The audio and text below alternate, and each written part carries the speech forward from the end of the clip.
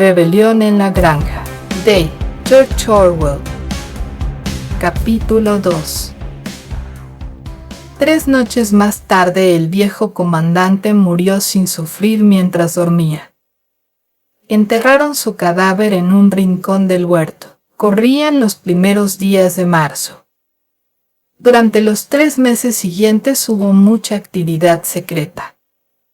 La actitud de los animales más inteligentes de la granja ante la vida había cambiado por completo al oír el discurso del comandante. No sabían cuándo ocurriría la rebelión pronosticada por el comandante, carecían de motivos para pensar que vivirían para verla, pero comprendían que tenían la obligación de prepararse para ella. La tarea de educar y organizar a los demás recayó, por supuesto, en los cerdos, en general reconocidos como los animales más inteligentes. Entre los cerdos se destacaban 2 berracos jóvenes llamados Bola de Nieve y Napoleón, que el señor Jones criaba para vender. Napoleón era un berraco de aspecto bastante feroz, el único de raza Berkshire en la granja, arco pero con fama de salirse siempre con la suya. Bola de Nieve era más vivaracho que Napoleón, tenía mayor facilidad de palabra y era más ingenioso, pero no se le atribuía la misma firmeza de carácter. Todos los demás puercos de la granja estaban destinados a la matanza. El más conocido era un cerdito gordo llamado Chillón, de mejillas redondas, ojos expresivos, movimientos ágiles y voz estridente.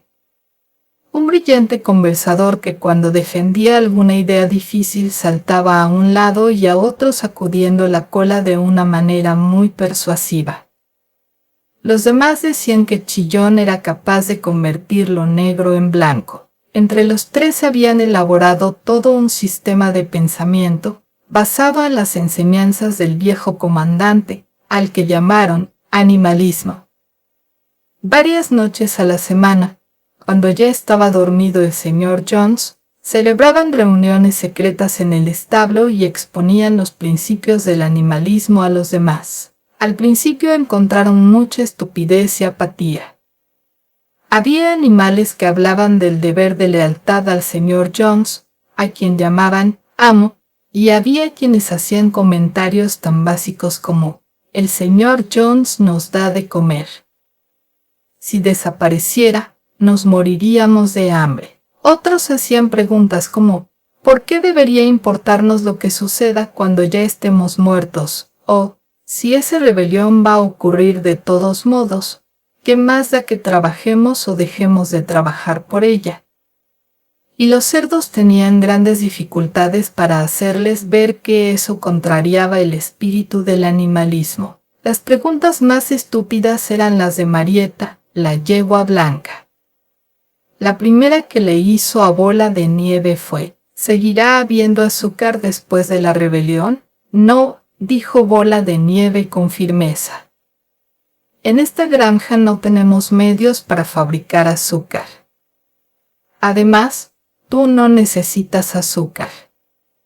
Tendrás toda la avena y todo el heno que quieras. ¿Y podré seguir usando cintas Elacrin?, preguntó Marieta. Camarada, dijo Bola de Nieve, esas cintas a las que tanto cariño tienes son el símbolo de la esclavitud. ¿No entiendes que la libertad vale más que esas cintas? Marieta asintió, pero no parecía muy convencida. A los cerdos les costaba aún más contrarrestar las mentiras que hacía circular Moisés, el cuervo amaestrado. Moisés, la mascota especial del señor Jones, era un espía y un chismoso, pero también un conversador inteligente. Aseguraba conocer la existencia de un misterioso país llamado Monte Caramelo, al que iban todos los animales cuando morían. Estaba situado en el cielo, un poco más allá de las nubes, decía Moisés. En Monte Caramelo era domingo los 7 días de la semana. Abundaba el trébol todo el año y en los setos crecían terrones de azúcar y bizcochos de linaza. Los animales detestaban a Moisés porque contaba mentiras y no trabajaba, Pero algunos creían en el Monte Caramelo y los cerdos tenían que discutir a fondo para convencerlos de que tal lugar no existía. Sus discípulos más fieles eran los caballos de Tiro, Boxeador y Trébol. Los dos tenían grandes dificultades para pensar por sí mismos, pero al haber aceptado a los cerdos como maestros absorbían todo lo que se les contaba y después lo transmitían a los demás animales mediante sencillos razonamientos. No faltaban nunca a las reuniones secretas en el establo y encabezaban el coro al entonar «Bestias de Inglaterra», canción con la que siempre cerraban los encuentros. Al final lograron hacer la rebelión mucho antes y con mucha mayor facilidad de lo que ninguno esperaba. Unos años antes el señor Jones, aunque severo como amo, había sido un granjero capaz, pero últimamente iba de mal en peor. Se había desanimado mucho al perder dinero en un pleito, y había empezado a beber más de lo conveniente. Se pasaba días enteros sentado en el sillón de la cocina, leyendo periódicos, bebiendo y, de vez en cuando, dando de comer a Moisés cortezas de pan mojado en cerveza. Sus hombres eran perezosos y poco honrados, los campos estaban llenos de maleza, los techos de los edificios estropeados, los setos descuidados y los animales desnutridos. Llegó junio y el heno estaba casi listo para la siega.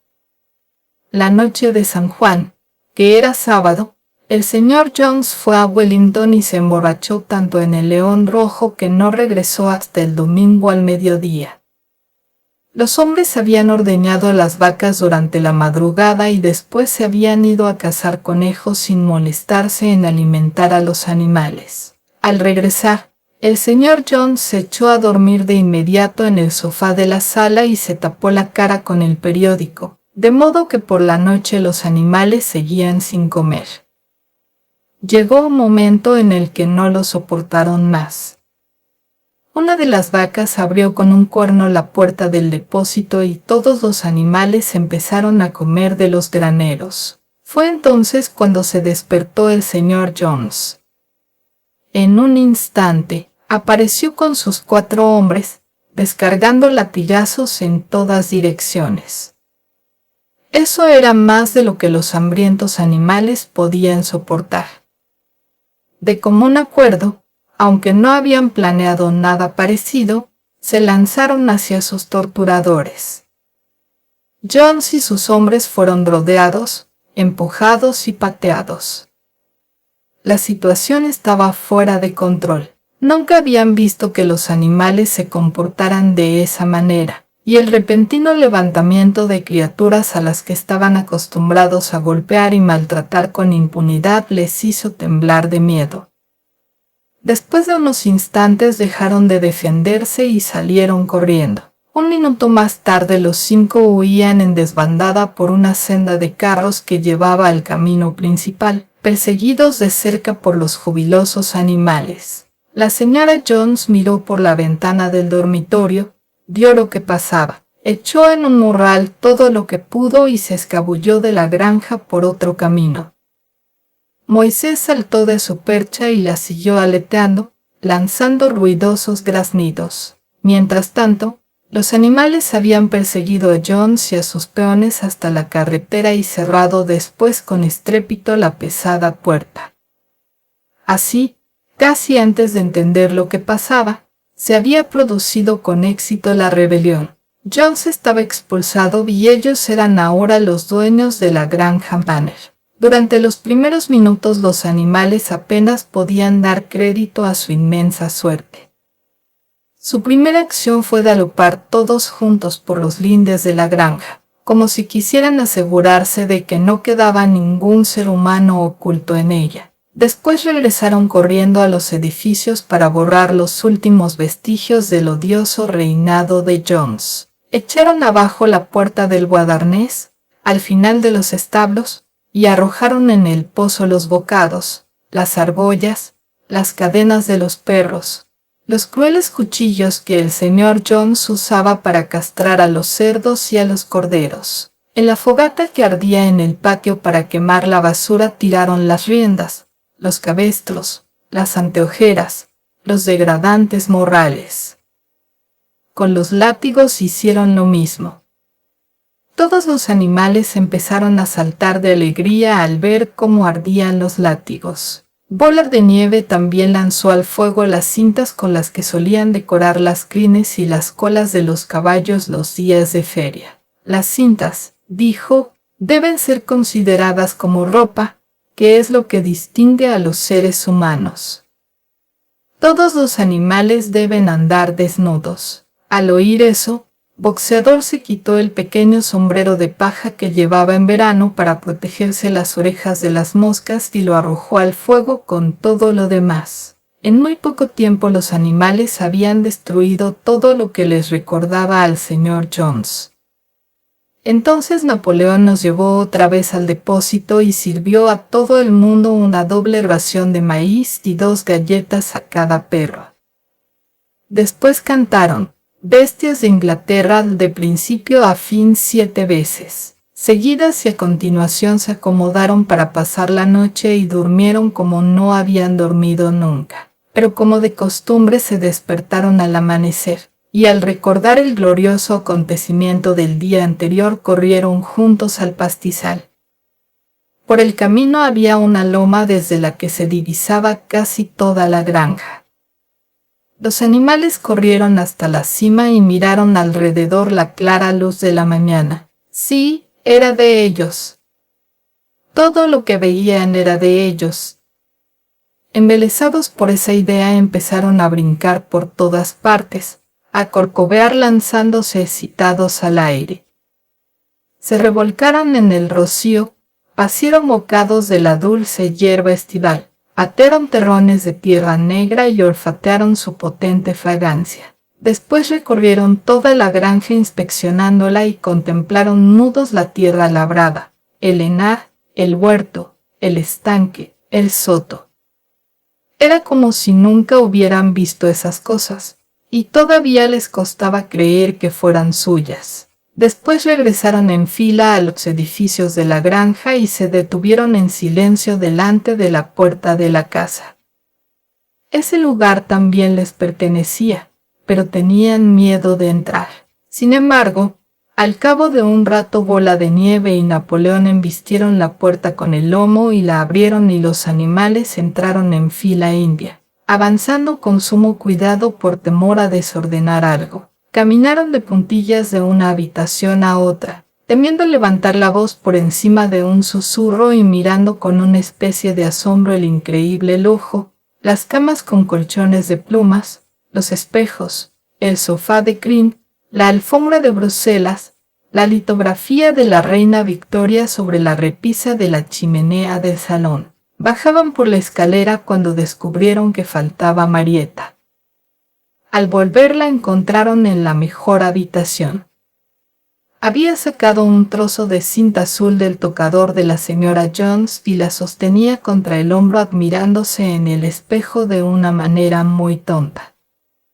Los demás le hicieron duros reproches antes de salir. Descolgaron unos jamones que había en la cocina y los sacaron para enterrarlos, y Boxeador rompió de una coz el barril de cerveza de la trascocina. Fuera de eso, todo en la casa quedó intacto. En el acto, por unanimidad, aprobaron una resolución para que la granja fuera preservada como museo. Todos estuvieron de acuerdo en que ningún animal debía vivir allí. A continuación desayunaron y, después, Bola de Nieve y Napoleón volvieron a reunirlos. «Camaradas», dijo Bola de Nieve, «son las 6:30 y tenemos un largo día por delante. Hoy empezamos a recoger el heno. Pero antes tenemos que atender otro asunto». Los cerdos revelaron entonces que durante los últimos 3 meses habían aprendido a leer y a escribir con la ayuda de un viejo manual de ortografía usado por los hijos del señor Jones que habían encontrado en la basura. Napoleón mandó a buscar latas de pintura blanca y negra y los condujo hasta la pesada puerta que daba a la carretera. Bola de Nieve, que era quien mejor escribía, apretó un pincel entre los 2 nudillos de la pata, tachó Granja Manor que en el barrote superior de la puerta y en su lugar pintó Granja Animal. Ese sería a partir de entonces el nombre de la granja.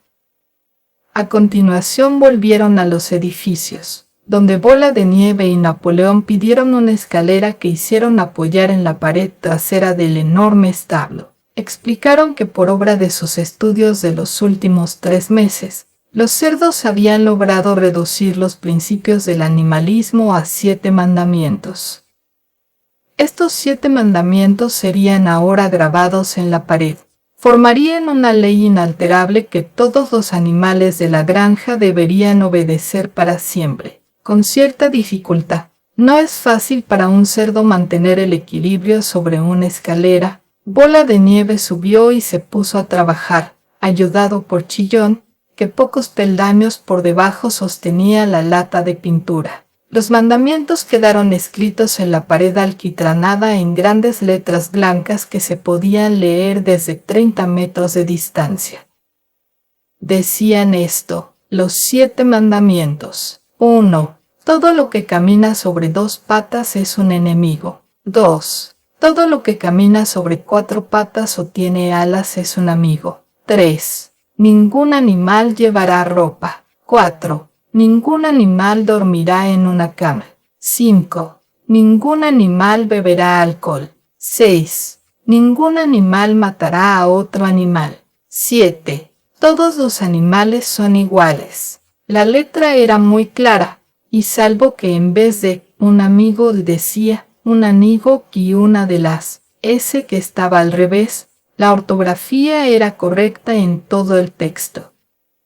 Bola de Nieve lo leyó en voz alta a los demás. Todos los animales asintieron con la cabeza, dando su completa conformidad, y los más listos empezaron de inmediato a aprender los mandamientos de memoria. Ahora, camaradas, gritó Bola de Nieve, arrojando el pincel al enar. Que sea para nosotros una cuestión de honor recoger la cosecha en menos tiempo del que tardaban Jones y sus peones. Pero en ese momento las 3 vacas, que desde hacía un rato parecían inquietas, se pusieron a mugir ruidosamente. Hacía 24 horas que no las ordeñaban y sus ubres estaban a punto de reventar. Después de pensar un poco, los cerdos mandaron a buscar cubos y ordeñaron a las vacas con bastante éxito porque sus pezuñas estaban bastante bien adaptadas para esa tarea.